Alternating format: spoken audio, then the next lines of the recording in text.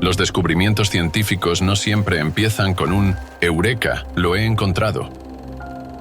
A menudo empiezan con una simple corazonada, una especie de sospecha, una sensación de inquietud. Así fue como Charles Moore describió el momento crucial que cambió su vida. Su extraordinaria historia sirvió como punto de partida para nuestro documental, y la revelación que tuvo será un impulso para todos nosotros, para toda la humanidad. Pero vayamos por partes. La era de los grandes descubrimientos geográficos quedó atrás hace mucho tiempo, y ya nadie piensa que en algún lugar del planeta queden manchas oscuras de continentes, archipiélagos o islas aún por descubrir. Al leer novelas de aventuras sobre piratas y conquistadores, nuestra imaginación nos lleva a los infinitos horizontes azules de océanos y mares, a islas exóticas cubiertas de vegetación exuberante, llenas de aves, peces y animales maravillosos. Así pensaba también Charles Moore, un playboy y navegante, hijo de un rico propietario de una empresa química. Charles creció junto al Océano Pacífico y soñó desde niño con aventuras en el mar. En 1997, participó en la regata Transpac Yacht Race, celebrada entre Los Ángeles y Honolulu. Al regresar a casa desde Hawái, trazó su ruta a través de una zona conocida como el Giro del Pacífico Norte. Tras varios días de navegación, Charles se dio cuenta de que su yate estaba rodeado de basura por todas partes. Junto con sus amigos, había entrado en un vertedero flotante. Recorriendo miles de millas en las vastas extensiones del océano, no podía salir a la cubierta sin ver un trozo de plástico flotando a la deriva cada pocos minutos. Los sueños de aventuras románticas a través de vastas extensiones de agua, tierras exóticas e islas con animales y plantas asombrosas se hicieron añicos después de aquel viaje. La superficie del océano ya no deslumbraba con su belleza virgen e intacta. Navegar entre toneladas de desechos plásticos conmocionó y cambió la vida de Charles Moore. Lo que estaba a punto de descubrir desafiaba su comprensión. El capitán Moore se convirtió en un pionero, pero este hallazgo no le trajo alegría, ya que descubrió lo que más tarde sería llamado la Gran Mancha de Basura del Pacífico. Charles pasó de ser un despreocupado playboy a convertirse en una persona seria y un ferviente defensor del medio ambiente. Vendió sus acciones en la empresa química de su padre y, con el dinero obtenido, fundó la organización ecológica Algalita Marine Research Foundation, AMRF, dedicada a investigar el estado ambiental del Océano Pacífico. El viaje de Charles Moore estuvo lejos de ser fácil. Durante mucho tiempo, sus informes y advertencias fueron ignoradas, y su investigación no fue tomada en serio. Había razones de peso para ello. El oceanógrafo instaba a los gobiernos de distintos países a reducir la producción y el consumo de plástico, además de destinar importantes fondos a su reciclaje, y su petición no implicaba solo una pequeña inversión, sino una suma considerable de dinero. Pero a pesar de todo, Charles logró lo más importante: sacudir a la comunidad medioambiental mundial y llamar la atención sobre la contaminación plástica del océano mundial. En aquel momento, comprendía mejor que nadie el peligro de lo que estaba ocurriendo en el océano y cómo esto representaba una amenaza para la vida en nuestro planeta. Y Charles dio el primer paso, es decir, reveló el problema. Pero, ¿cómo nos afecta este descubrimiento a cada uno de nosotros? ¿Qué debemos hacer a continuación? ¿Cómo prevenir el avance de esta catástrofe? Para responder a estas preguntas, primero debemos comprender cómo funciona el sistema oceánico global y cómo lo hemos dañado. Funciones del océano. El océano es un mundo vasto que cautiva nuestra imaginación y curiosidad científica. Sus ecosistemas, como intrincados mecanismos de relojería, mantienen el delicado equilibrio necesario para sostener la vida en la Tierra. El océano funciona como el aire acondicionado natural de nuestro planeta. Absorbe el calor y lo libera gradualmente. Es asombroso pensar que una capa de tan solo 10 metros de agua oceánica puede almacenar más calor que toda la atmósfera de la Tierra. La capacidad térmica del océano es una característica única que atenúa las variaciones de temperatura, tanto entre el día y la noche como entre las estaciones, en verano e invierno. Las corrientes marinas circulan por el planeta, transportando calor y nutrientes desde las latitudes ecuatoriales hasta las polares y viceversa. Este proceso mitiga las temperaturas extremas. La temperatura de los océanos influye en los ciclos de vida de los animales y las plantas, tanto en el mar como en la tierra. El océano influye activamente en los procesos atmosféricos, contribuyendo a la formación de nubes y precipitaciones. Cada día, una enorme cantidad de agua se evapora de su superficie, se condensa en nubes y luego regresa a la Tierra en forma de lluvia o nieve. Este es un proceso crucial que abastece de agua dulce a los ríos, lagos y suelos. Las microalgas, como el fitoplancton, producen aproximadamente el 50% del oxígeno que respira la humanidad. Cada segundo aliento que tomamos nos lo regala el océano. Además, el océano es el hogar de millones de especies de seres vivos, desde diminutos microbios hasta majestuosas ballenas. Aloja especies que han existido durante cientos de millones de años. El océano es el lugar donde surgió la vida, y de él depende el futuro de nuestro planeta. El océano es un organismo único e interconectado que abarca todos los recursos hídricos de nuestro planeta. Pero, como resulta ser, este increíblemente complejo sistema vivo está gravemente enfermo, y la causa de ello es nuestra actitud irresponsable hacia el plástico después de su uso. El plástico es un material notablemente duradero y conveniente, pero la contaminación por plástico es un veneno para el océano. Charles Moore fue el primero en darse cuenta de la magnitud de esta catástrofe. Cada día, nuestro océano se contamina más y más. Estamos cada vez más cerca del punto en el que la enfermedad se volverá irreversible. Como con cualquier paciente, el primer paso hacia la recuperación es estudiar el historial médico y hacer un diagnóstico correcto. 2 años después de su impactante descubrimiento, Charles organizó una segunda expedición para estudiar en detalle la llamada mancha de basura. Los resultados de esta expedición sorprendieron a la comunidad científica. En 1999, esto fue realmente un descubrimiento, porque después de analizar nuestras muestras, nos dimos cuenta de que había 6 veces más plástico en las aguas superficiales en peso que zooplancton, que es la principal fuente de alimento de ese ecosistema. El hecho de que el plástico haya superado en masa a los organismos vivos en el océano alarmó a mucha gente. La gran mancha de basura del Pacífico, Great Pacific Garbage Patch, es en esencia el vertedero más grande del planeta, que ha estado creciendo rápidamente desde aproximadamente la década de 1950. Este vertedero oceánico se extiende desde la costa occidental de América del Norte hasta Japón. Su superficie varía, pero se estima en aproximadamente 1.6 millones de kilómetros cuadrados. En esta mancha de basura hay al menos 80.000 toneladas de desechos. Y esto es solo la punta del iceberg.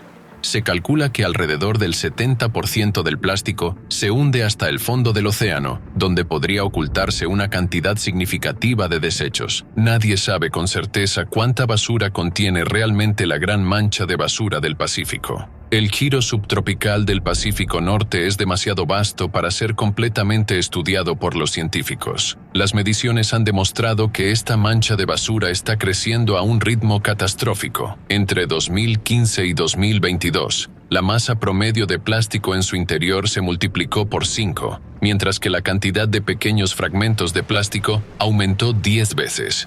Marcus Ericsson, director de investigación de la Algalita Marine Research Foundation, Estados Unidos, señaló: al principio, la gente pensaba que era una isla de basura plástica sobre la que casi se podía caminar.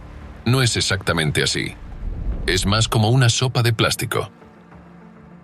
La gran mancha de basura del Pacífico se está convirtiendo en el 7º continente del planeta, pero no es la única. Actualmente los científicos han identificado 5 grandes acumulaciones de basura, 2 en el Atlántico, 2 en el Pacífico, 1 en el Índico. En los océanos flotan millones de toneladas de plástico y otros desechos. Según las investigaciones, hasta el 80% de la basura en estas manchas está compuesta por residuos plásticos. Las islas de basura están creciendo a un ritmo catastrófico. Si miramos a a nuestro alrededor, notaremos algo inquietante. 8 de cada 10 objetos que nos rodean están hechos de plástico. Dormimos sobre almohadas con relleno plástico. Nos cepillamos los dientes con cepillos de plástico. Bebemos de botellas de plástico. Están viendo este documental en una pantalla de televisor, laptop o teléfono, hechos de plástico. Es simplemente imposible imaginar nuestra vida moderna sin este material. El mundo a nuestro alrededor se ha vuelto plástico. El plástico es uno de los mayores problemas de la humanidad en la actualidad.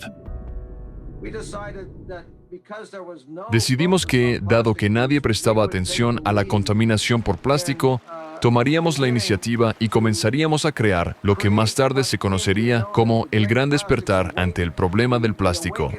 Un despertar a la comprensión de que este material es probablemente el más común en nuestra vida cotidiana.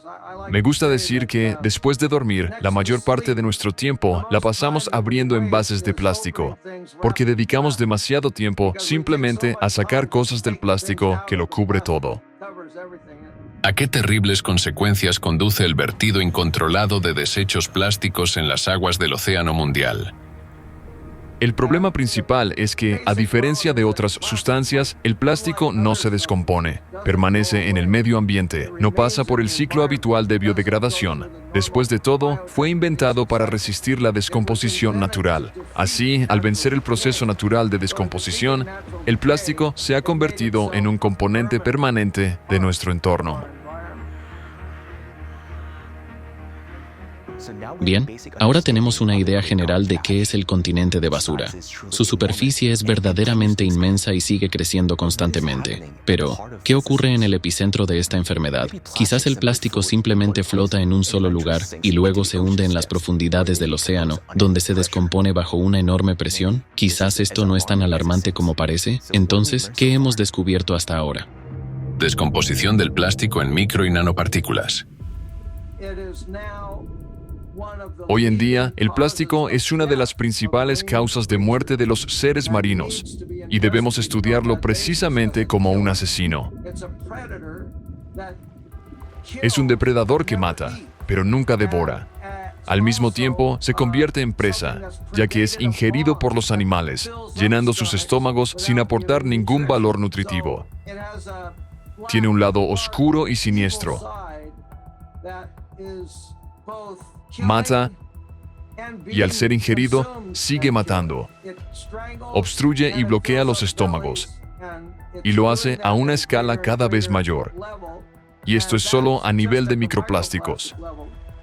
Cada año, en el mundo se producen más de 400 millones de toneladas de residuos plásticos, y según las previsiones, esta cifra se triplicará para 2040. El Océano Mundial recibe anualmente alrededor de 11 millones de toneladas de plástico, lo que equivale a más de un camión de basura lleno de plástico arrojado al océano cada minuto. Actualmente, nuestros océanos ya contienen aproximadamente 200 millones de toneladas de plástico. Las investigaciones indican que para 2050, la cantidad de plástico en el océano probablemente superará la cantidad total de peces. El plástico tarda entre 500 y 1000 años en degradarse. La Agencia de Protección Ambiental ha declarado que prácticamente el 100% de todo el plástico jamás producido por el ser humano sigue existiendo. Estos residuos no desaparecen, solo se acumulan. Es como un contenedor de basura en nuestro patio, donde seguimos tirando basura, pero nadie la recoge ni la retira. ¿Qué pasaría con ese contenedor al cabo de un mes? Los desechos plásticos que flotan en la columna de agua quedan atrapados en las corrientes oceánicas. Son transportados hacia las regiones centrales del océano y forman enormes islas de basura. Aquí se pueden encontrar redes de pesca, botellas desechables, envases, asientos de inodoro, muñecas, conos de tráfico, balones de fútbol, patitos de goma e incluso televisores. El plástico no se biodegrada, pero bajo la influencia del oleaje, el agua salada y la luz solar, se divide en pequeños fragmentos, a veces invisibles al ojo humano. Estas diminutas partículas, conocidas como micro y nanoplásticos, conservan su estructura polimérica. El proceso de descomposición continúa hasta el nivel molecular. La cantidad de microplásticos, ¿cuántos hay? Las partículas de microplástico son como un mosaico curioso. se forman a partir de diferentes tipos de plásticos y aditivos químicos, los cuales cambian según la etapa de su degradación y las condiciones ambientales. Por esta razón, el microplástico en el medio ambiente no puede considerarse algo fijo o constante. Su estudio es un verdadero rompecabezas. A pesar de que el número exacto de partículas de microplástico en los océanos sigue siendo desconocido debido a las dificultades técnicas para detectarlas, podemos hacer cálculos teóricos para comprender la magnitud de esta amenaza. Dado que actualmente hay alrededor de 200 millones de toneladas de desechos plásticos en los océanos, podemos realizar un experimento mental. Si dividiéramos todo el plástico presente en los océanos en partículas de 50 nanómetros, considerando su densidad y el volumen total del océano global, obtendríamos una cifra verdaderamente aterradora. En cada litro de agua oceánica habría 286 millones de estas micro y nanopartículas. En la actualidad, todavía no todo el plástico se ha fragmentado en micro y nanoplástico, pero sabemos que, tarde o temprano, toda esa contaminación inevitablemente se descompondrá en un número incalculable de nanopartículas. Hoy en día, los científicos ya encuentran partículas de microplástico en cada gota de agua oceánica. Además, existen zonas en el océano con concentraciones de microplásticos aún más elevadas. La mayoría de los estudios científicos globales que analizan la magnitud y el volumen de la contaminación marina por plásticos se han limitado en la capa superficial del agua. Las investigaciones muestran que aproximadamente 358 billones de partículas microplásticas flotan en la superficie de los océanos del mundo. Sin embargo, cada vez hay más pruebas de que también hay incontables billones de partículas microplásticas en aguas más profundas y en los sedimentos del fondo marino. Los plásticos ligeros flotan en la superficie, mientras que los más densos o aquellos que han sido colonizados por organismos marinos se hunden hasta el fondo del océano. Según estimaciones, aproximadamente el 50% de los desechos plásticos de origen urbano tienen una densidad mayor que la del agua de mar, lo que provoca que se depositen en el lecho marino, sean transportados por corrientes de aguas profundas y se acumulen en fosas y depresiones. Se han detectado microplásticos incluso en el punto más profundo del océano, el fondo de la fosa de las Marianas. De hecho, no es la superficie del océano, sino el fondo marino profundo, el principal lugar de acumulación de residuos de microplástico. Como resultado, todo el lecho oceánico se está cubriendo gradualmente con un manto de plástico. Además, los datos sobre la contaminación del océano por microplásticos están subestimados, y en realidad la situación es mucho peor. No todos tienen acceso a instrumentos y herramientas de muestreo muy sofisticados y costosos, explica Melanie Bergman, bióloga del Instituto Alfred Wegener en Alemania. Según su opinión, hasta el 90% de las partículas de microplástico marino podrían no ser detectadas mediante los métodos estándar de muestreo, ya que son demasiado pequeñas para ser identificadas. Las concentraciones más altas de plástico se encuentran en las zonas de las manchas de basura. Estos vertederos oceánicos funcionan como fábricas, donde tiene lugar el proceso continuo de formación de microplásticos. Al igual que un virus se propaga por el organismo a través de la sangre, los microplásticos se dispersan por todo el océano mundial a través de las corrientes oceánicas.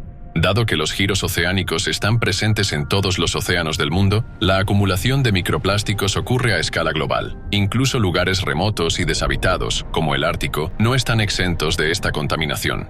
Los estudios realizados en los núcleos de hielo han revelado que los niveles de contaminación por microplástico en el océano Ártico son 2 órdenes de magnitud, es decir, 100 veces mayores que en el giro del Pacífico. Además de los 2 niveles de contaminación, la superficie y el fondo marino, la concentración de microplástico también aumenta significativamente en otra zona, la termoclina. Esta es una capa del agua donde la temperatura cambia bruscamente, y debido al alto gradiente de densidad, las partículas de micro y nanoplástico quedan atrapadas en estas capas, permaneciendo allí durante largos periodos. Imagine el océano como un pastel en capas. Cada capa tiene su propia temperatura y densidad, y los microplásticos se acumulan en los límites entre ellas. Además, los microplásticos pueden ser transportados en el océano por los organismos vivos, que lo ingieren, digieren y excretan. Ahora es innegable que los microplásticos están en todas partes. Están presentes en todos los cuerpos de agua, ya que los océanos, ríos y lagos de nuestro planeta están interconectados. Sin embargo, algunos podrían argumentar, bueno, está bien, pero los microplásticos son tan pequeños que no debería preocuparme. No lo veo en el agua que bebo ni en los tomates de mi ensalada, aunque hayan sido cultivados con agua que forma parte del ciclo global interconectado. Tal vez no sean tan peligrosos. ¿Pero es realmente así? Microplásticos, una fuente de toxinas y bacterias.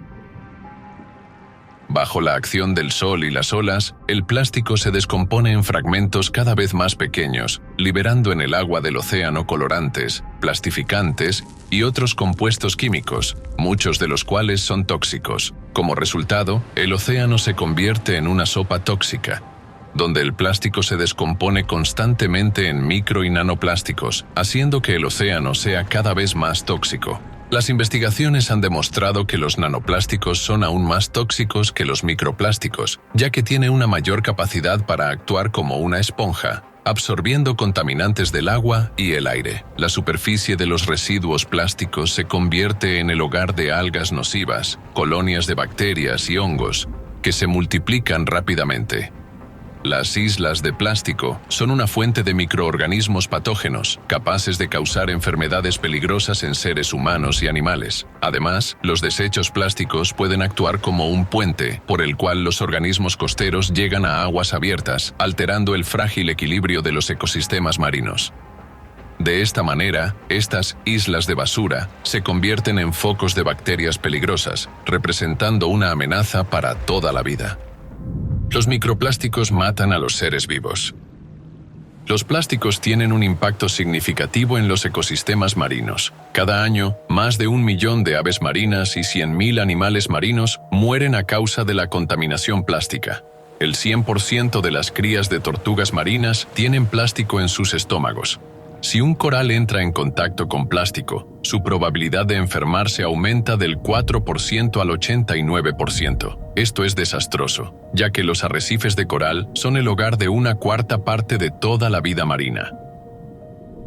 La gran catástrofe de extinción por la que estamos pasando ahora es similar a la que acabó con los dinosaurios y de nuevo destruirá la vida en el planeta. En eso hay algo de verdad. La vida realmente se está destruyendo. Creo que la vida en el océano está muriendo a causa del plástico en este mismo momento y en la Tierra debido al cambio climático y también al plástico.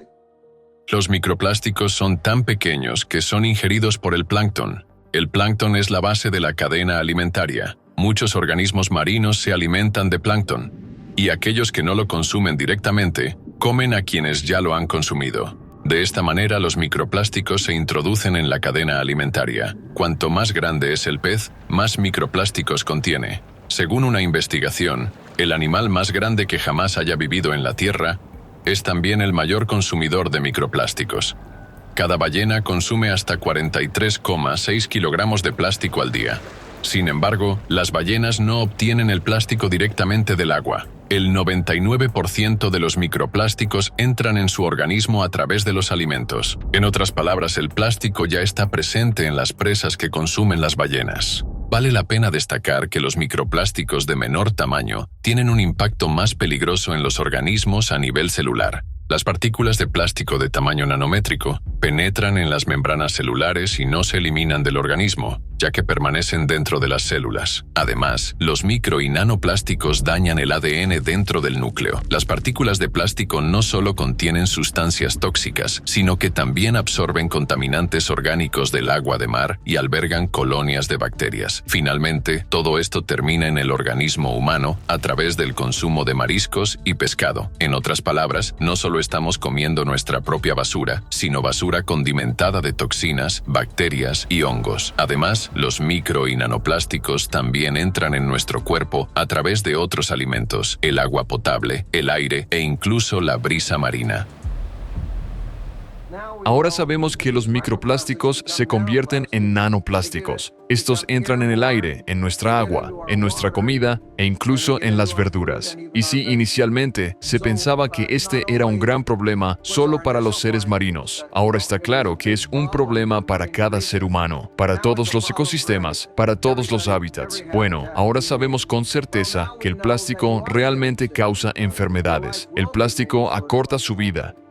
Los micro y nanoplásticos se acumulan en el torrente sanguíneo y se distribuyen por diversos órganos del cuerpo humano. Se han encontrado partículas microscópicas de plástico en la sangre, el cerebro, el corazón, los pulmones, la leche materna, la placenta y recientemente también fueron detectadas en el pene, los testículos y muestras de esperma humano.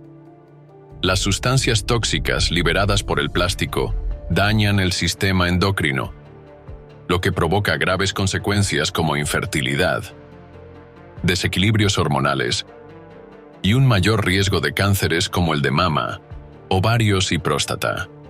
Los aditivos químicos en los plásticos también afectan negativamente al sistema cardiovascular y aumentan el riesgo de aterosclerosis. Al penetrar en el cerebro, las micro y nanopartículas de plástico aumentan el riesgo de trastornos neurodegenerativos, como el Alzheimer y el Parkinson.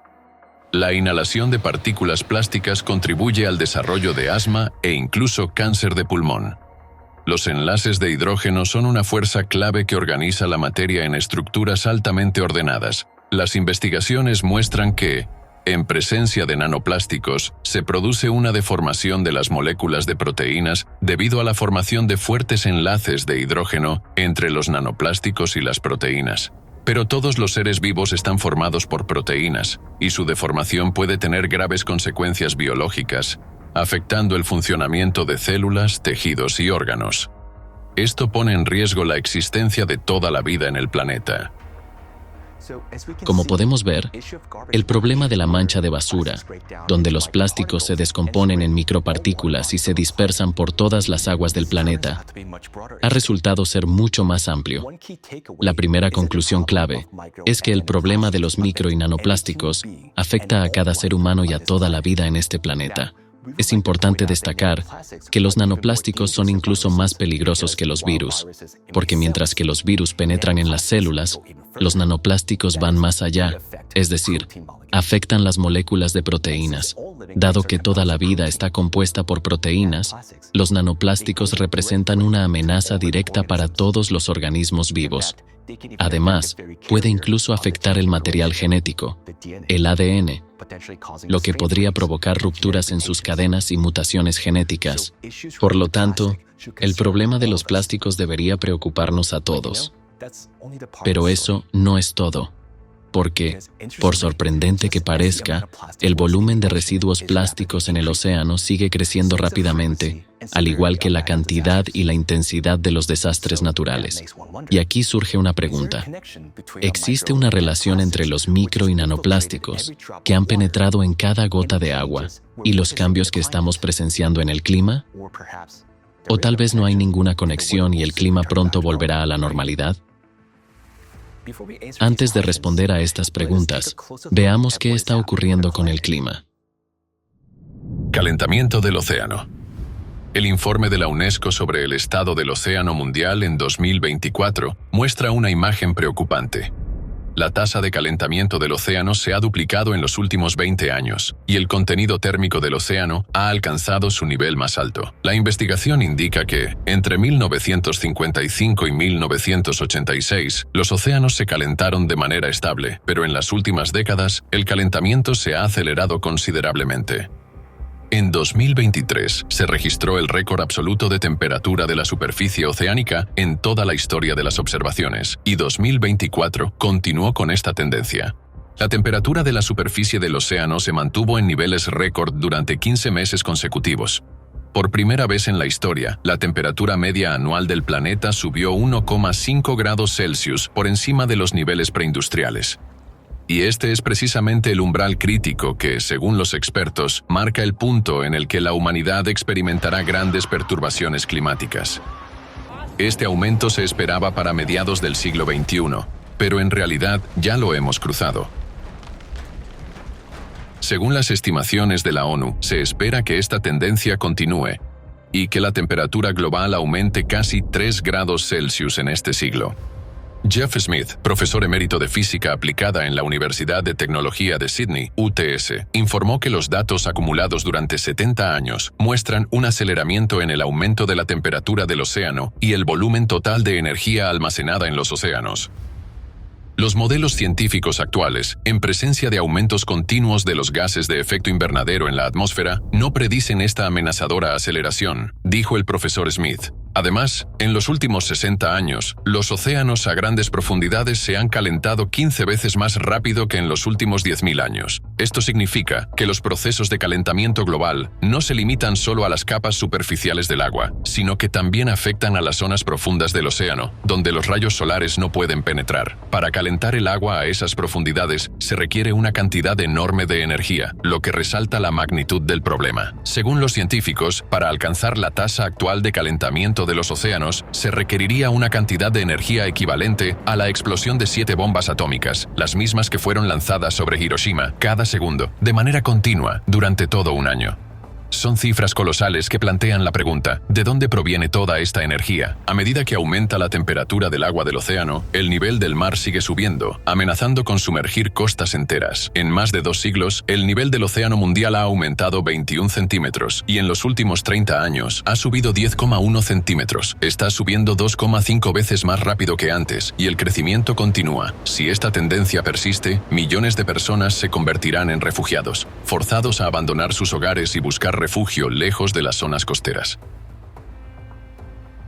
Adicionalmente, desde la década de 1960, el océano ha perdido un 2% de oxígeno debido al aumento de la temperatura de sus aguas y los contaminantes presentes en ellas, incluidos los desechos industriales, domésticos y agrícolas. Las especies marinas costeras se están asfixiando debido a la disminución de los niveles de oxígeno. Se han identificado alrededor de 700 zonas muertas, donde casi no queda flora ni fauna marina. El calentamiento del océano está provocando fenómenos meteorológicos extremos más frecuentes y severos, como inundaciones, tifones y precipitaciones anormales. Todo esto pone en riesgo los ecosistemas del planeta y la vida de miles de millones de personas. Con cada año que pasa, este proceso se acelera y los cambios se hacen cada vez más evidentes. Crecimiento anómalo de desastres naturales. El océano, que durante muchos años desempeñó el papel de regulador natural del clima, ahora se está convirtiendo en fuente de fenómenos destructivos. Precipitaciones anormales e inundaciones. El calentamiento del océano intensifica la evaporación, saturando la atmósfera con humedad, que luego se convierte en precipitaciones intensas. He aquí cómo ha cambiado la cantidad de precipitaciones anormales en Europa desde el año 2000. Los récords de precipitaciones han alcanzado un nuevo nivel. Que llueva en un solo día la cantidad de precipitación de un mes ya no sorprende a nadie. El total de lluvias anuales cayendo en solo unos días o incluso en pocas horas, esa es la nueva realidad. En Irán, en solo 3 días, cayeron casi 4 veces la cantidad anual de lluvia. En Omán, en solo 24 horas, cayó la misma cantidad de lluvia que normalmente cae en 2 años. En los Emiratos Árabes Unidos, en el mismo periodo, cayeron 5 veces la cantidad anual de precipitaciones. Evitar inundaciones catastróficas en condiciones de precipitaciones tan extremas es imposible. Lamentablemente, un ejemplo claro de esto fue la inundación mortal en España. En la Comunidad Valenciana llovió más de un año en solo 8 horas. Esto resultó en devastadoras inundaciones que se cobraron la vida a más de 220 personas y convirtió las calles de la ciudad en un caos de lodo, autos destrozados y escombros de edificios derrumbados.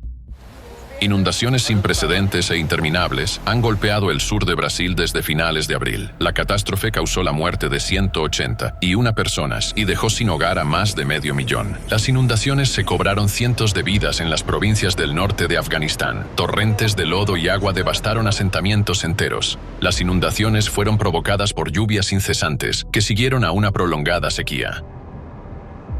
Las inundaciones primaverales de 2024 en Rusia fueron una verdadera catástrofe. 39 regiones del país fueron afectadas. La situación más grave ocurrió en la región de Oremburgo. Nunca antes en la historia registrada de la región se había producido una inundación de tal magnitud. Kazajistán enfrentó las inundaciones más extensas de los últimos 80 años. 10 de las 17 provincias del país fueron afectadas. Alrededor de 100.000 personas fueron evacuadas. Estadísticas de inundaciones. Si en la década de 1970 hubo solo 260 inundaciones fuertes en un periodo de 10 años, entre 2014 y 2023, el número de inundaciones aumentó a 1.700. Es decir, se multiplicó por 6,5 veces. En Europa, en los últimos 5 años, las precipitaciones extremas han ocurrido 44 veces más a menudo que en la década de 2000. En 2024, el tiempo entre eventos catastróficos se ha acortado y su intensidad ha aumentado hasta tal punto que las personas no pueden recuperarse de un desastre cuando ya se encuentran nuevamente en el epicentro de otro evento destructivo. Las consecuencias para la economía y la infraestructura se prolongan durante meses o incluso años. Nevadas. Las nevadas también han batido todos los récords históricos. El invierno pasado, nevadas masivas afectaron a países de Europa, Estados Unidos, Canadá, Rusia, Kazajistán, China, Turquía, Japón y muchas otras regiones. Más del 90% del territorio de Mongolia estuvo cubierto por nieve, en algunas áreas con una altura superior a 1 metro. Se ha infligido un daño catastrófico a las regiones ganaderas. Alrededor de 4 millones de cabezas de ganado han muerto por hambre y agotamiento. Anomalías de temperatura. En 2024, casi todos los países han experimentado y siguen experimentando olas de calor récord. El 15 de marzo, en Praga, Chequia, donde la temperatura máxima promedio normalmente no supera los 9 grados Celsius, se registró por primera vez en 249 años de observaciones un nuevo récord de temperatura, más 18,6 grados Celsius. Abril también trajo un caos térmico sin precedentes a Europa. En solo 10 días, se batieron récords de calor en 128 países. En la mayoría de los países de Europa, abril fue más caluroso de lo que normalmente es a mediados de verano. Al mismo tiempo, se observó uno de los cambios de temperatura más bruscos en la historia de las observaciones. En Eslovenia, la temperatura descendió drásticamente más de 26 grados Celsius en solo 24 horas. En India, las temperaturas máximas de abril alcanzaron hasta 46 grados Celsius, cuando la temperatura normal debería ser de hasta 35 grados Celsius. Las personas no pueden soportar semejante estrés térmico. Después de que los agentes de policía, mientras trabajaban en la calle, comenzaran a perder el conocimiento, se introdujeron cascos con aire acondicionado en su equipo. En la Meca, Arabia Saudita, en junio, durante varios días consecutivos, la temperatura no bajó de 40 grados Celsius. El calor extremo coincidió con la peregrinación del Hajj, durante la cual más de 2.700 peregrinos sufrieron golpes de calor solo el 16 de junio. Debido al calor insoportable, las personas caían directamente en las calles. Es inimaginable, pero al menos 1.300 personas perdieron la vida. Tornados y microrráfagas. El aumento de la temperatura y la humedad de la atmósfera crea condiciones para la formación de tormentas más poderosas, que a menudo provocan la aparición de tornados. En las últimas décadas, el número anual promedio de tornados en Europa ha aumentado 18 veces y se han vuelto mucho más potentes. El 28 de septiembre, un tornado destructivo recorrió la región de Moscú. Un tornado de tal potencia en otoño en latitudes templadas es un fenómeno absolutamente anómalo. En los últimos años, con alarmante frecuencia, han comenzado a surgir microrráfagas atmosféricas. Al impactar contra el suelo, el flujo descendente de aire provoca ráfagas de viento horizontales, cuya velocidad puede alcanzar hasta los 130 km por hora. Es como si se volcara desde el cielo un enorme balde de agua con un radio de alrededor de 5 kilómetros. Pueden ser muy localizadas, como ocurrió en Brasil. Allí se destruyó un campo deportivo, del que no quedó casi nada. Solo escombros y basura, como si hubiera ocurrido una explosión. Pero los edificios cercanos quedaron intactos e incluso los paneles solares frágiles no sufrieron daños. Es importante destacar que las microrráfagas no se pueden predecir, lo que las hace aún más peligrosas. Huracanes y tormentas. Los huracanes ahora tocan tierra en áreas que anteriormente se consideraban seguras. A lo largo de toda la historia de las observaciones, solo 3 huracanes han golpeado la costa mexicana cerca de la ciudad de Acapulco, y 2 de ellos ocurrieron en un solo año: el huracán Otis en octubre de 2023 y el huracán John en septiembre de 2024, que se convirtió en una verdadera pesadilla para los habitantes de México. Después de casi disiparse y alejarse hacia el mar, inesperadamente recuperó fuerza y golpeó el país con aún mayor intensidad. El tifón Yagi trajo a Vietnam una enorme cantidad de precipitaciones y como consecuencia, al menos 300 personas perdieron la vida, mientras que cientos más resultaron heridas. El huracán tropical Helene se convirtió en el más potente desde el inicio de las observaciones meteorológicas. El desastre mortal cobró la vida de al menos 230 personas en 6 estados. Además, la economía de Estados Unidos sufrió daños por alrededor de $250.000 millones. No pasaron ni 2 semanas cuando otro huracán poderoso, Milton, golpeó el estado de Florida. Tardó poco más de 12 horas en intensificarse de categoría 1 a la máxima categoría 5.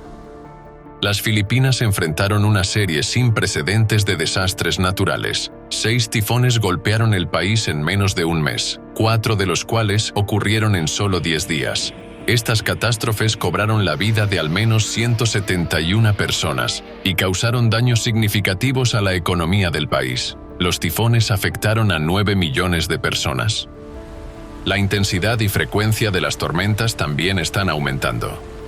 A partir del 12 de septiembre, Europa Central y Oriental sufrió la tormenta más potente en décadas, la tormenta Boris. 26 personas perdieron la vida, y la economía de la Unión Europea sufrió pérdidas multimillonarias. Por supuesto, solo hemos mencionado una pequeña parte de lo que está ocurriendo actualmente con el clima. La lista de estas anomalías podría continuar indefinidamente, pero incluso con lo que hemos presentado, queda claro que la situación climática es, en el sentido literal, una guerra no declarada contra la humanidad. Estamos recibiendo golpe tras golpe, y si en los conflictos bélicos reales los adversarios pueden negociar y deponer las armas, con el clima no hay posibilidad de acuerdo. Aún así, podemos y debemos vencerlo. Hablaremos más sobre esto más adelante. Pero por ahora, es necesario comprender por qué está ocurriendo todo esto. ¿Por qué se está calentando el océano? Hipótesis.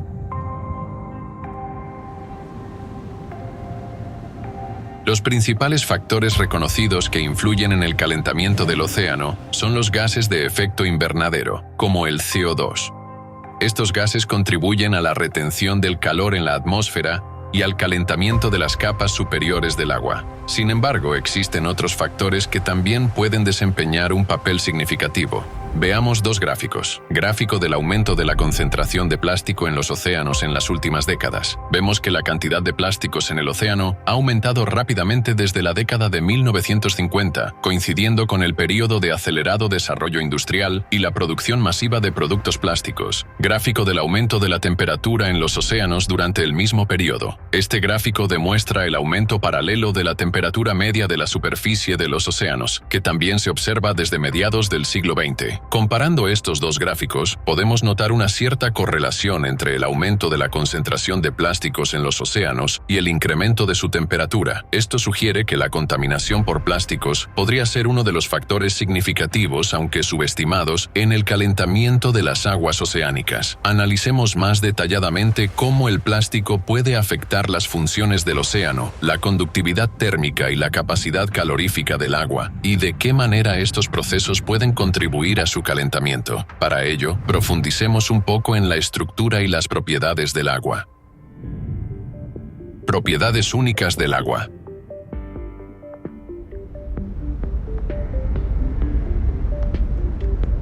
El agua es una de las sustancias más únicas y enigmáticas de la Tierra. ¿Qué tipo de sustancia se esconde detrás de la sencilla fórmula química H2O? ¿Y por qué posee una estructura y propiedades tan excepcionales? En primer lugar, la molécula de agua es la más pequeña entre las moléculas triatómicas similares. Es sorprendentemente armoniosa y encaja en las proporciones de la sección áurea. La molécula de agua tiene una forma simétrica en V, ya que 2 pequeños átomos de hidrógeno están ubicados a un lado de un átomo de oxígeno relativamente grande. Esto diferencia significativamente a la molécula de agua de las moléculas lineales, en las que todos los átomos están dispuestos en una cadena. Las moléculas triatómicas, en condiciones normales, forman gases, pero las moléculas de agua forman un líquido. ¿Por qué? Las moléculas de agua están unidas entre sí mediante enlaces de hidrógeno, formando una estructura fuerte y ordenada, similar a un equipo unido por lazos de amistad. Además, las moléculas de agua poseen la propiedad única de agruparse en clústeres. En otras palabras, el agua es un líquido complejo, compuesto por grupos repetitivos de moléculas. Como resultado, el agua tiene valores anómalos en sus temperaturas de congelación y ebullición, en comparación con otras sustancias triatómicas. Si el agua siguiera las reglas generales, debería congelarse aproximadamente a menos 100 grados Celsius y hervir alrededor de más 10 grados Celsius. Casi todas las propiedades del agua no siguen la lógica de las leyes físicas que rigen otras sustancias.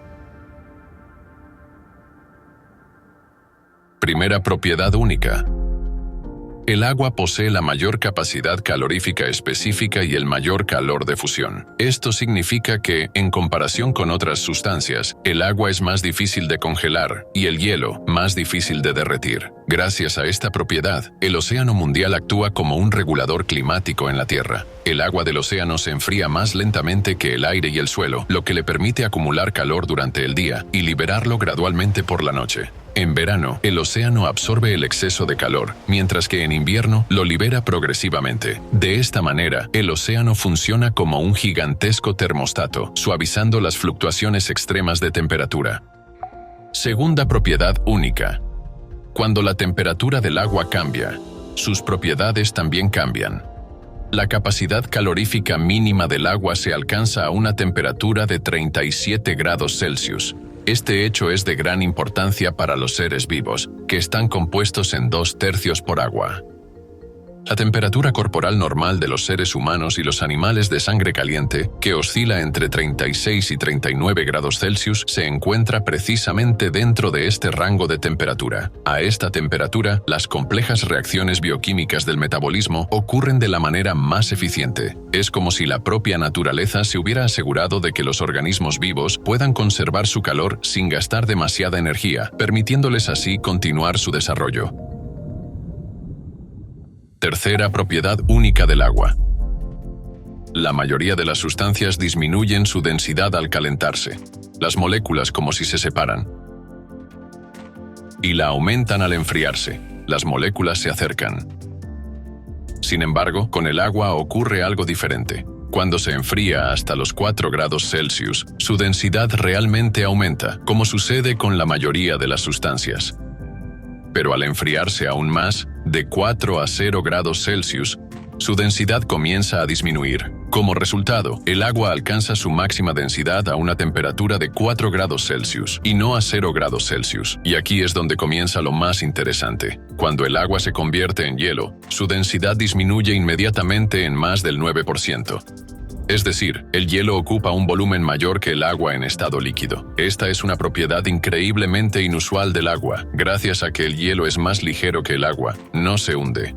Al permanecer en la superficie, actúa como una barrera protectora que evita que el agua y los organismos que viven en ella se congelen por completo. Si, en cambio, la densidad del agua aumentara al congelarse, el hielo se hundiría. En ese caso, toda el agua de los lagos, ríos y océanos se congelaría completamente, convirtiéndose en enormes bloques de hielo. Esto llevaría a la extinción de toda la vida. Las propiedades únicas del agua están directamente relacionadas con la presencia de enlaces de hidrógeno entre sus moléculas. Estos enlaces juegan un papel clave en la determinación de sus propiedades físicas y químicas. Los cambios en las propiedades físicas del agua pueden tener un impacto significativo en el equilibrio térmico del océano mundial, en su capacidad para almacenar y transferir calor. Ahora tenemos casi todo listo para comprender las causas de lo que está ocurriendo con el clima. Sabemos que el océano se está calentando a una velocidad alarmante. También sabemos que, además de la mancha de basura que flota en la superficie, una cantidad masiva de plástico cubre el fondo del océano. Además, hemos descubierto que prácticamente cada gota de agua en el océano contiene partículas de micro y nanoplástico, y que el agua en sí posee propiedades únicas. Solo nos queda el último paso: comprender cómo cambian estas propiedades únicas del agua bajo la influencia de las partículas de plástico. Cuando descubramos esto, entenderemos la verdadera causa del calentamiento anómalo del océano y sabremos qué hacer al respecto. Influencia de los micro y nanoplásticos en las propiedades del agua.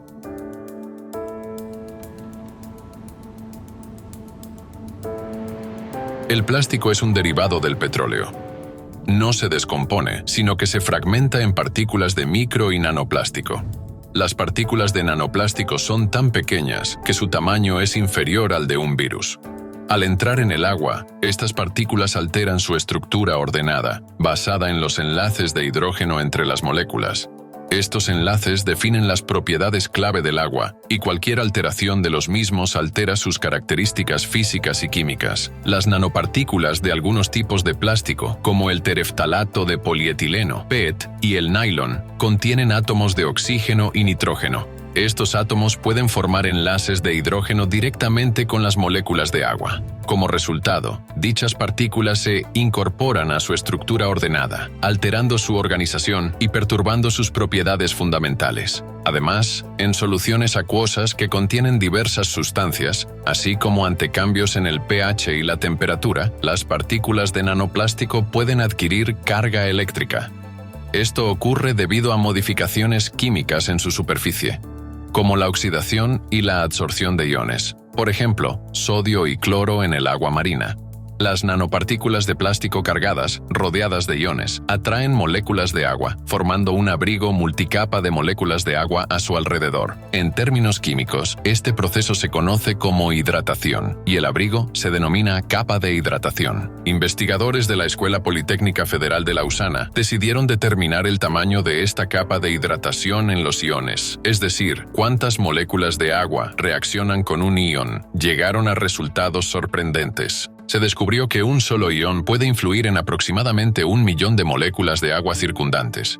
Este efecto se intensifica si la partícula tiene una alta carga superficial y una gran concentración de iones absorbidos. Como resultado, una sola partícula de nanoplástico puede alterar las propiedades de millones de moléculas de agua. Las moléculas atrapadas dentro de la capa de hidratación son menos móviles, lo que reduce su contribución a la capacidad calorífica total del agua. Es decir, bajo el mismo calentamiento externo, este tipo de agua se calentará más rápido y al enfriarse, perderá temperatura más rápidamente en comparación con el agua pura. Además, la estructura alterada de los enlaces de hidrógeno alrededor de los nanoplásticos reduce la conductividad térmica del agua. Esto significa que el agua en contacto con nanoplásticos puede estar más caliente debido a su menor capacidad para disipar el calor. De este modo, los nanoplásticos no solo interactúan activamente con los iones e impurezas presentes en el agua, sino también con sus moléculas, modificando la estructura de los enlaces de hidrógeno que determinan las propiedades clave del agua. Como resultado, cambian su capacidad calorífica y su conductividad térmica, lo que contribuye al aumento de temperatura y al calentamiento de todo el océano. Es importante destacar que incluso una pequeña cantidad de nanoplásticos puede tener un impacto significativo en las propiedades del agua. Esto hace necesario seguir investigando y evaluar la concentración de nanoplásticos en distintos entornos acuáticos para comprender completamente su influencia. Las partículas de nanoplástico en el océano son como una gota de alquitrán en un barril de miel. Los micro y nanoplásticos se distribuyen por todo el océano a través de las corrientes. Las partículas flotantes permanecen en la superficie, mientras que los microplásticos más densos o aquellos contaminados con biota se hunden hasta el fondo marino. Y no olvidemos las zonas de termoclina. En estas capas de agua se observan variaciones de temperatura y densidad, lo que favorece la acumulación de microplásticos en grandes cantidades.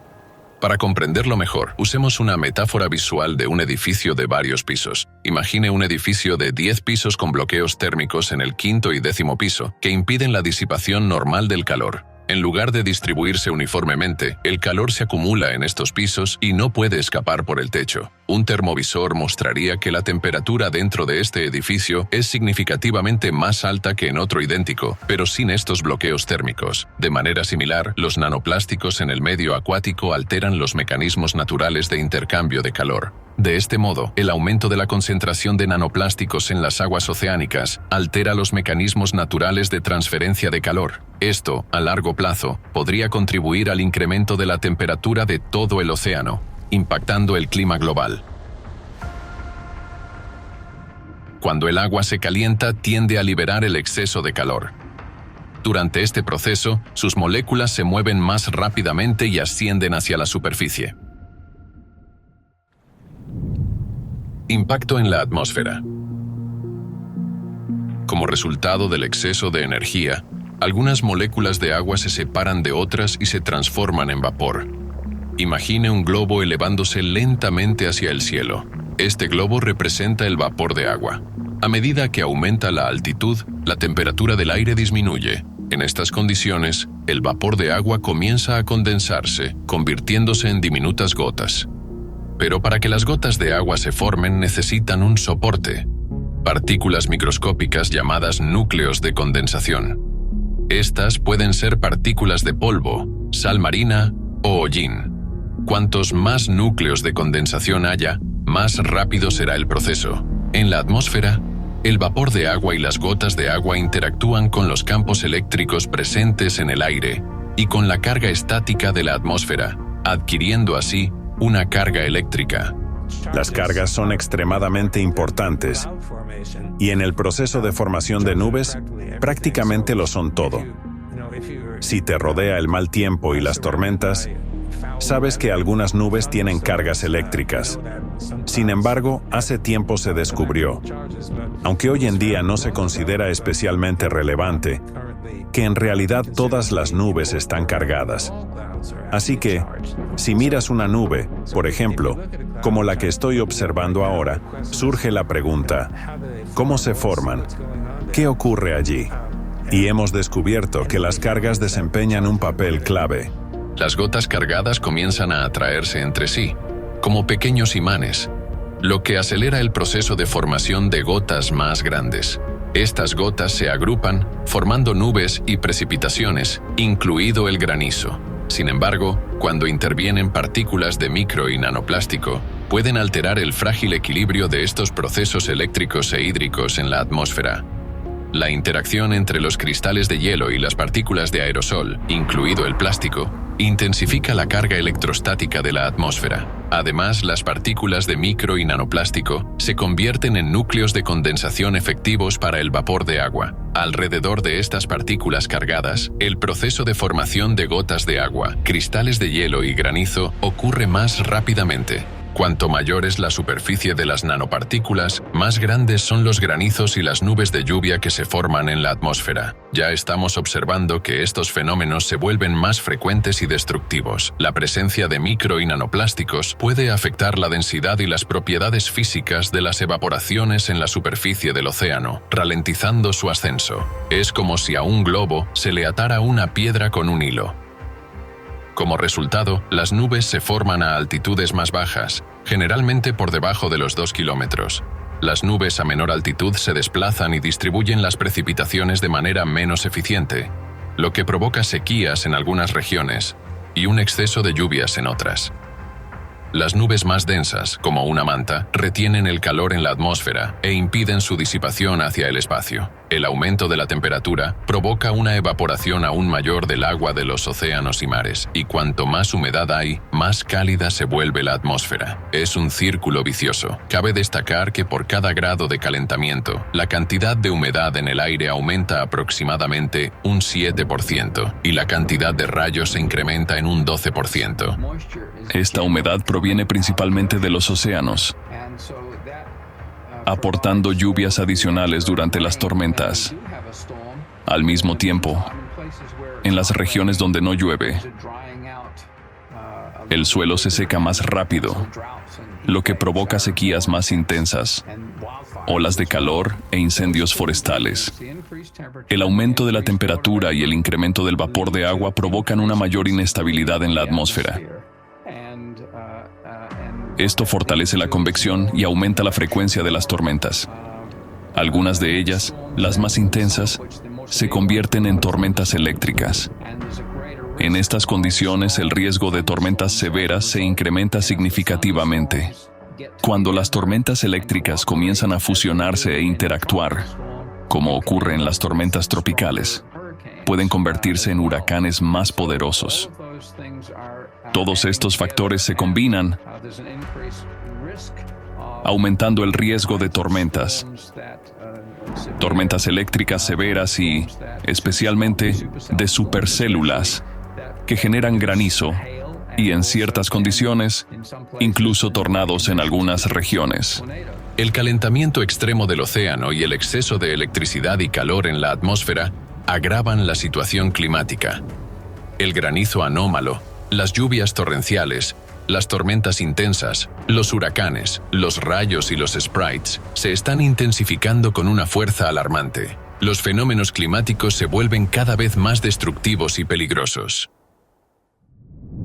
Interacción con el campo magnético del planeta. Los océanos ocupan alrededor del 70% de la superficie de la Tierra. No son solo gigantescos depósitos de agua, sino un sistema eléctrico extremadamente complejo que interactúa con el campo magnético del planeta.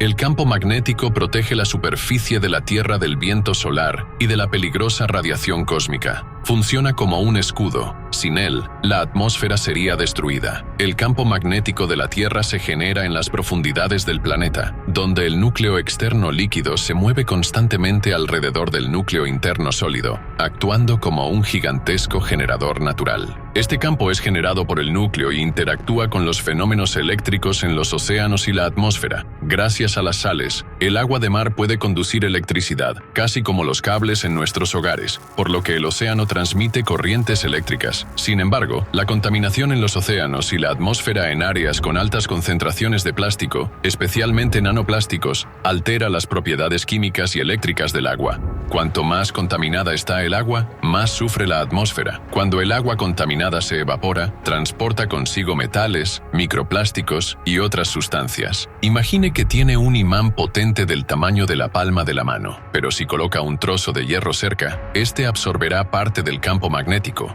reduciendo la fuerza total del imán. Algo similar ocurre con la atmósfera y la hidrosfera. Esto puede provocar anomalías locales en el campo magnético y debe convertirse en un objeto de estudio, especialmente en tiempos del cambio climático global. Sí, ahora sabemos que el principal factor de impacto del océano en el clima del planeta es su calentamiento, y este efecto se ve exacerbado por los microplásticos. Es absolutamente necesario tomar las medidas más decisivas para limpiar el océano, con el fin de preservar el planeta y toda la vida en él. Hoy, en los niveles más altos, crece el reconocimiento de que nos estamos acercando rápidamente al punto de no retorno. Crisis del agua. El informe de la Comisión Global sobre la Economía del Agua, GCEW, publicado en octubre de 2024, afirma que, por primera vez en la historia de la humanidad, el ciclo global del agua ha sido alterado. El cambio climático está teniendo un impacto cada vez más grave en la disponibilidad de los recursos hídricos. Para finales de esta década, la demanda de agua dulce superará la oferta en un 40%, ya que los sistemas hídricos del mundo están sometidos a un estrés sin precedentes.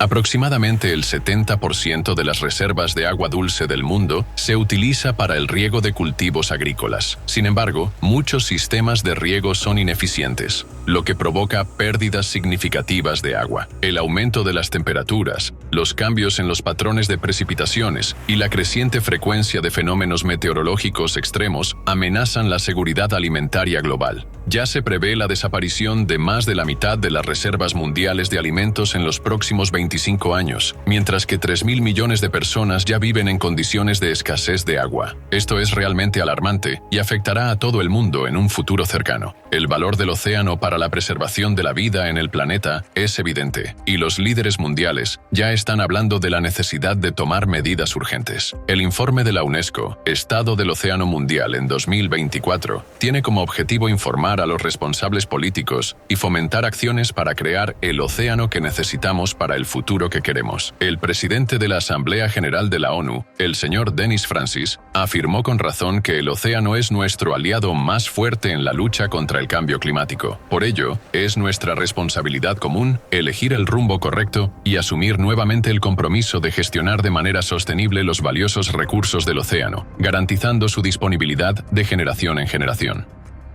Y los científicos saben que si no tenemos océano, no habrá plantas en la Tierra, no habrá oxígeno y no tendremos posibilidad de sobrevivir. El secretario general de la ONU, Antonio Guterres, también destacó la necesidad de acciones urgentes, instando a gobiernos, empresas, inversores, científicos y comunidades a unirse para proteger nuestro océano.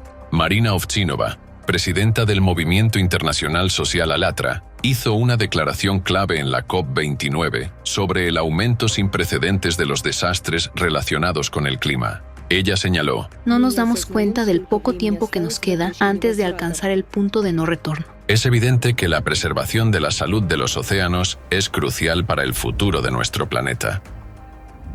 La comprensión de la gravedad de la situación, como podemos ver, está presente.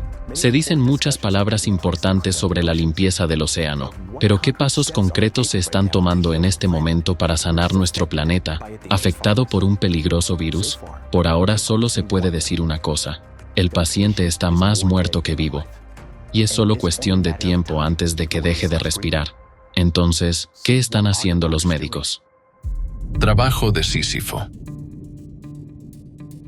En un intento de mejorar la situación, se están realizando esfuerzos para retirar del océano los residuos de gran tamaño que se encuentran en la superficie. Diversas organizaciones e iniciativas trabajan en proyectos para recolectar plásticos y otros residuos que se encuentran en el agua. El proyecto más ambicioso de limpieza oceánica es la iniciativa de la organización The Ocean Cleanup. Su tecnología consiste en que 2 barcos navegan por el agua arrastrando una barrera de aproximadamente 2,2 kilómetros de longitud que se sumerge hasta 4 metros de profundidad. Precisamente a esta profundidad se concentra la mayor parte de los desechos plásticos superficiales. Los desechos se acumulan en una gran bolsa y cuando se llena, se transporta a uno de los barcos, donde el plástico es clasificado y empaquetado.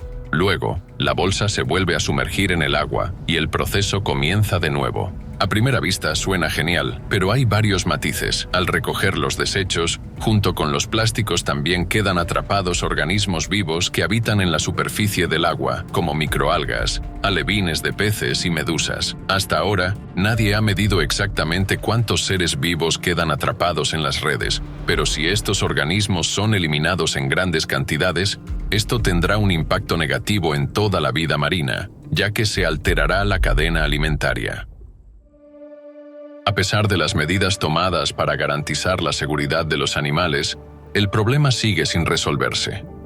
Hasta noviembre de 2024, los participantes del proyecto The Ocean Cleanup habían recolectado alrededor de 20.000 toneladas de plástico del océano. Es un paso importante, pero en comparación con la magnitud del problema, es solo una gota en el mar. En el océano flotan aproximadamente 200 millones de toneladas de desechos, y cada año esta cantidad aumenta en 11 millones de toneladas más. Para entender la escala del problema, 20.000 toneladas representan solo el 0,01% de toda la basura en el océano.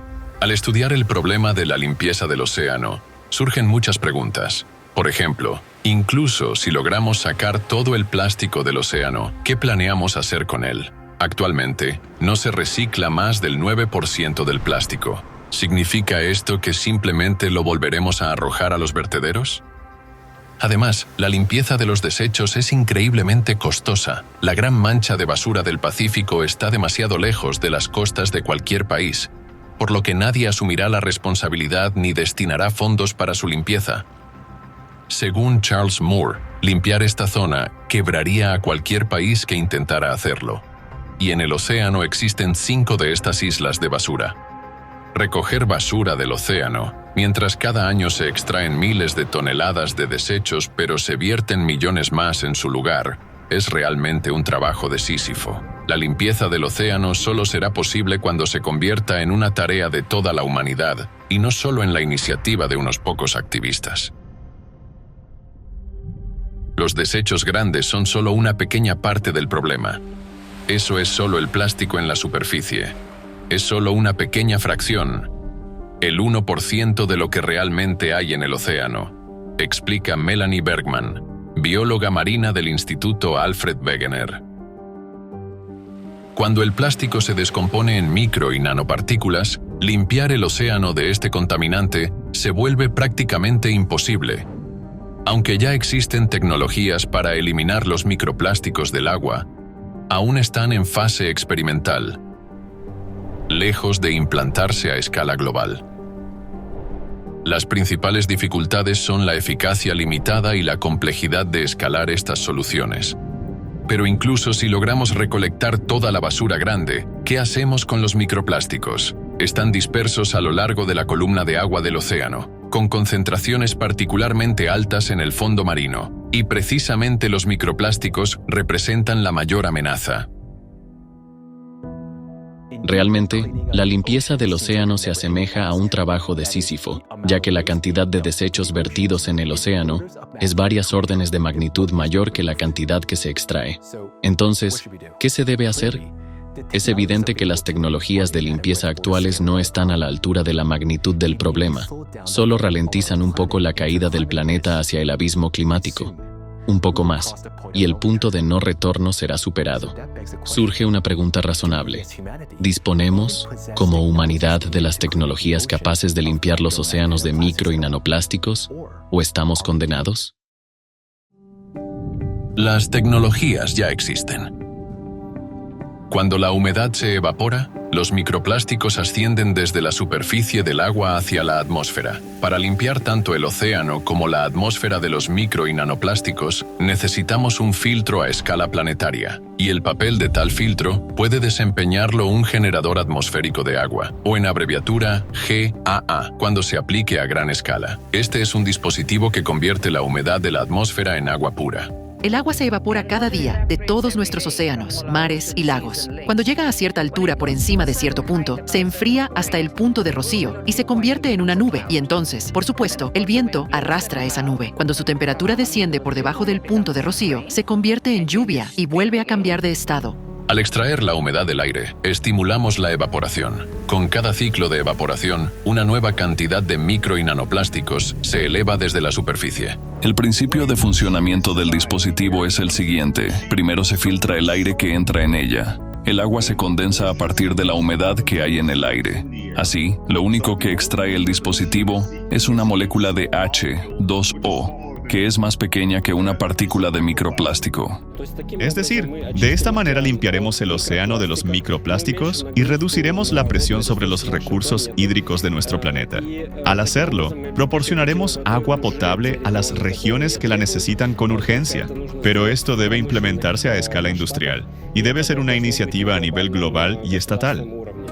De este modo, los generadores atmosféricos se convierten en un filtro artificial integrado en el ciclo del agua del planeta. Además, el océano se enfría durante el proceso de evaporación intensiva. La tecnología de condensación de agua del aire funciona según un principio similar al plasmaféresis, un procedimiento de purificación de la sangre.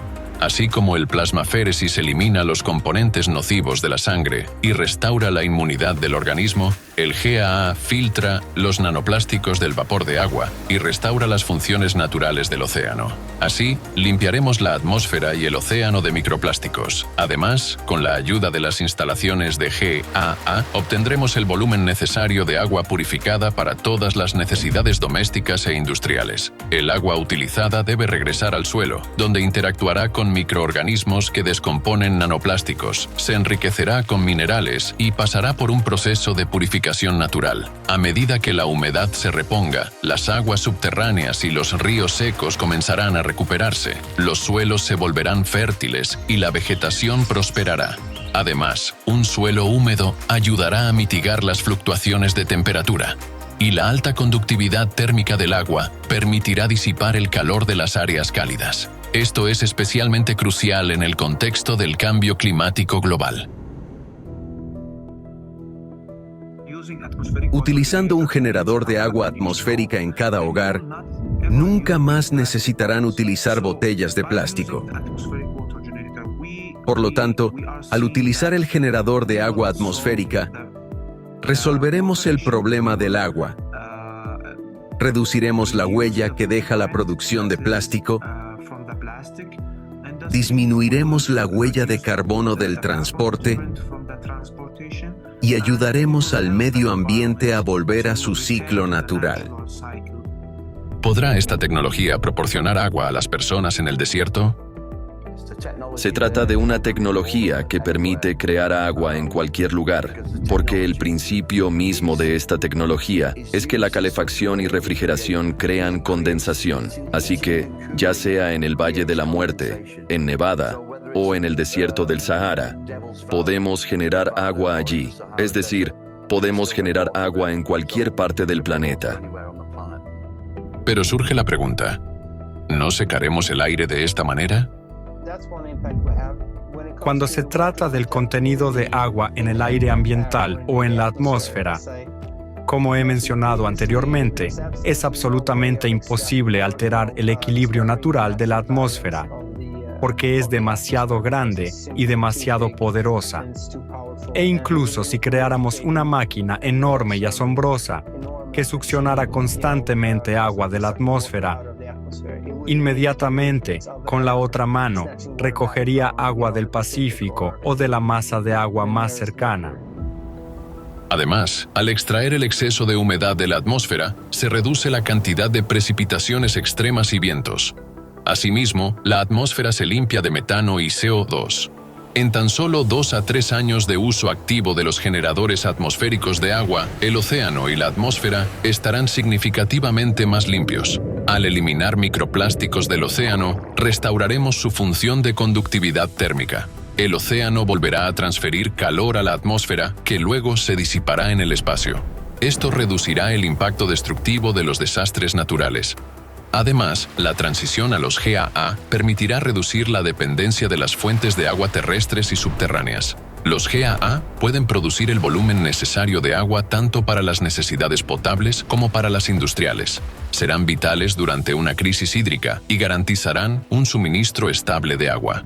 Esto permitirá alcanzar plenamente varios objetivos de desarrollo sostenible de la ONU de manera simultánea.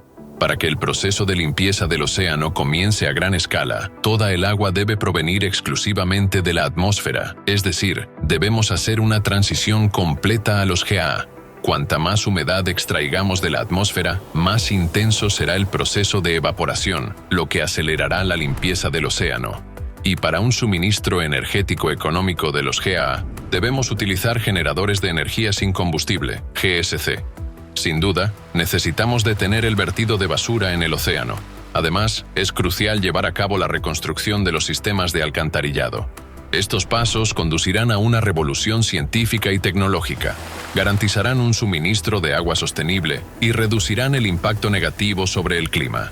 Así, en 3 a 5 años, el océano prácticamente habrá restaurado sus funciones de conductividad térmica. Y debemos lograr todo esto en el menor tiempo posible. Son noticias excelentes. Las tecnologías capaces de salvar nuestro planeta y a la humanidad de la destrucción ya existen. Esto significa que tenemos una oportunidad. Solo nos queda resolver las cuestiones organizativas e implementar la solución. Pero aquí surge otro problema. Los modelos climáticos que toman en cuenta todos los factores antropogénicos, como resulta, están lejos de ser precisos. Lo que se preveía para dentro de 100 a 150 años está sucediendo ante nuestros ojos. Los científicos comienzan a reconocer que hay algo más, algo aparte de la influencia humana. La acción de ese algo está llevando a una creciente discrepancia entre el modelo teórico y la realidad. Llamémoslo factor X. Factor X. Las temperaturas medias globales no reflejan el cambio climático real, ya que en algunas regiones el aumento ocurre de manera mucho más rápida. Los cambios ocurridos en 2023 fueron tan grandes y mucho más allá de todo lo que habíamos visto antes. Por eso, requieren una explicación. Los modelos que utilizamos para simular el clima no ofrecen una explicación suficientemente adecuada para esto. Y descubrimos que, como resultado de todo esto, se están produciendo algunos cambios en el comportamiento de las corrientes oceánicas y los vientos atmosféricos.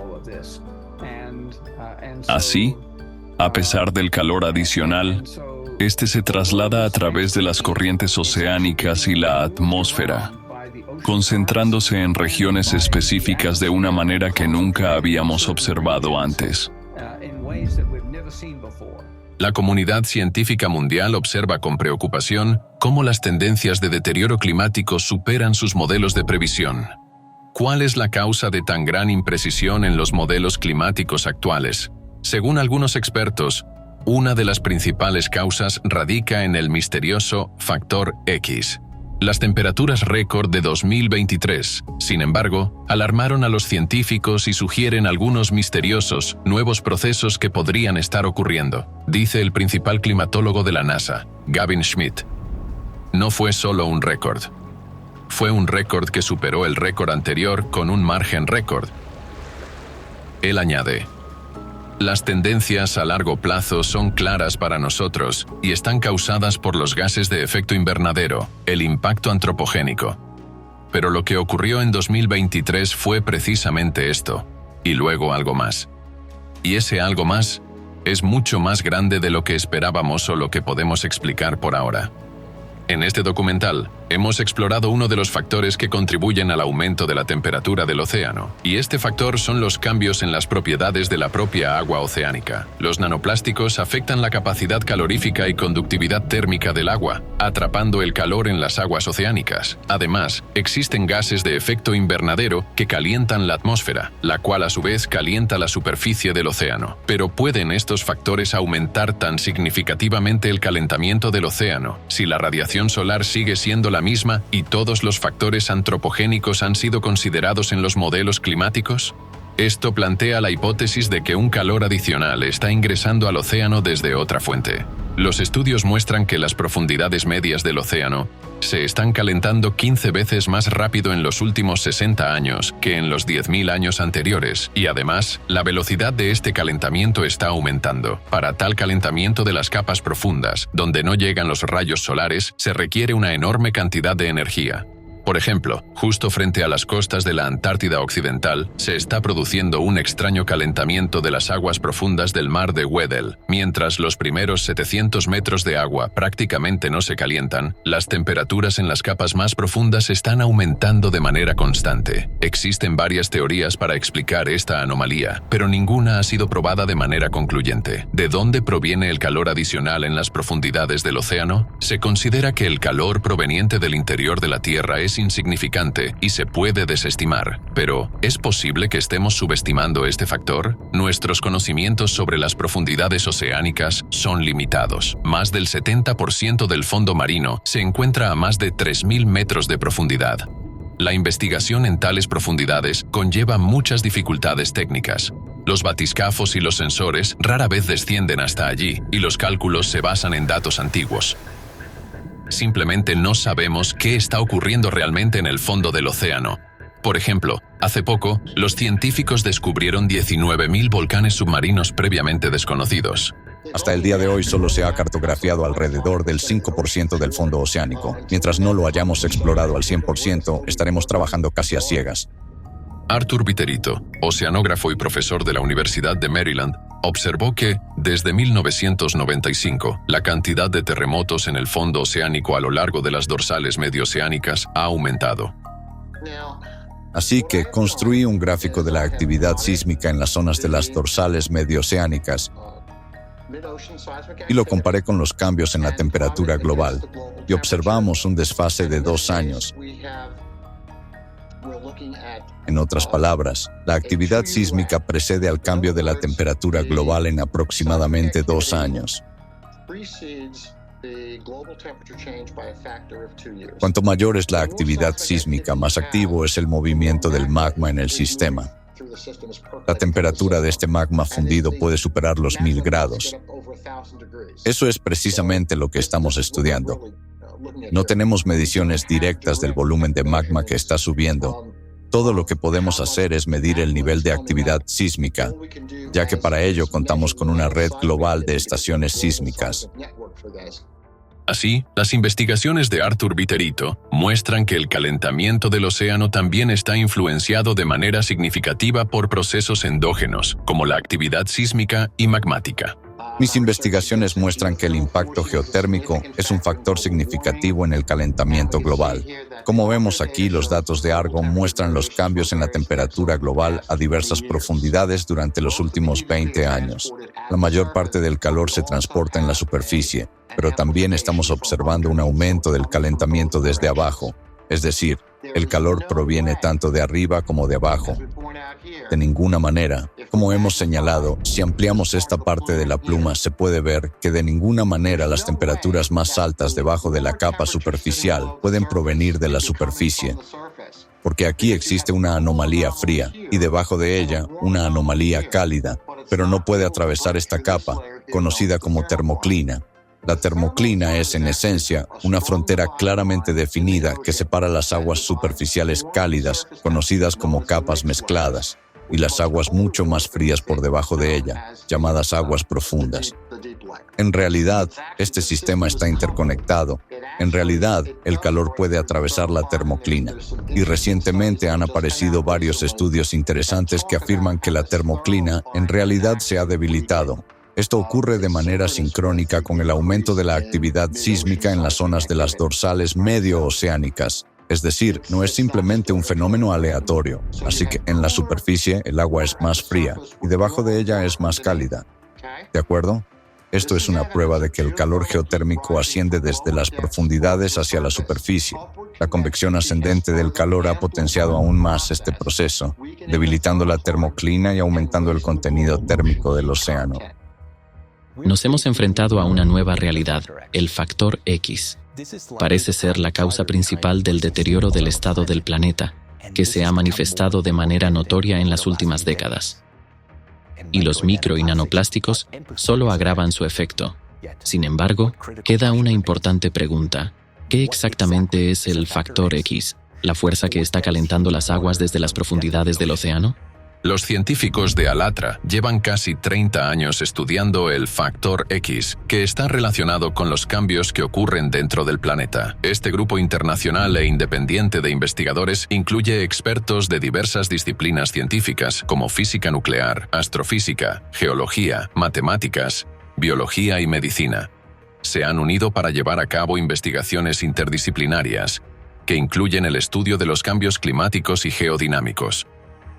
Basándose en un extenso análisis de datos recopilados durante muchos años, los científicos de ALATRA consideran el factor X como un calor adicional generado por el ascenso del magma debido a procesos cíclicos del planeta. Los datos científicos fundamentales y las recomendaciones sobre acciones en el ámbito climático se pueden encontrar en el informe sobre la progresión de los desastres climáticos en la Tierra y sus consecuencias catastróficas.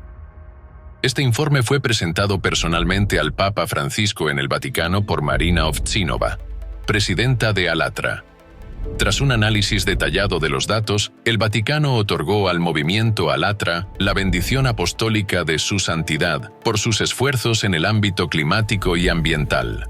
El informe también fue presentado en la COP16 en Colombia y en la COP29 en Azerbaiyán. Recibió una alta valoración por parte de especialistas en el ámbito de la climatología y la ecología. Actualmente, el informe está disponible para consulta en el sitio web oficial de la Conferencia de la ONU y en el sitio web de ALATRA. Resolver los desafíos de la seguridad planetaria y humana en medio del cambio climático global requiere los esfuerzos unidos de toda la comunidad científica. Ningún país u organización puede abordar este problema por sí solo. Como podemos ver, la situación es bastante preocupante. Además de las causas conocidas del cambio climático, existen factores adicionales que siguen siendo poco estudiados y requieren más investigación, pero la dificultad radica en que todo esto tendrá que llevarse a cabo en condiciones de empeoramiento climático constante. En otras palabras, cada vez habrá menos tiempo para que la humanidad responda al cambio climático. Sin embargo, la implementación generalizada de generadores atmosféricos de agua es un paso crucial hacia la solución de esta crisis. Después de todo, esta tecnología permitirá limpiar el océano mundial de micro y nanoplásticos, restaurar el ciclo del agua y el equilibrio térmico del planeta y, en última instancia, estabilizar la situación climática. Gracias al uso de los GAA, obtendremos tiempo invaluable para preservar el potencial científico e industrial de la humanidad, y junto con el tiempo, surgirán esperanza y oportunidades.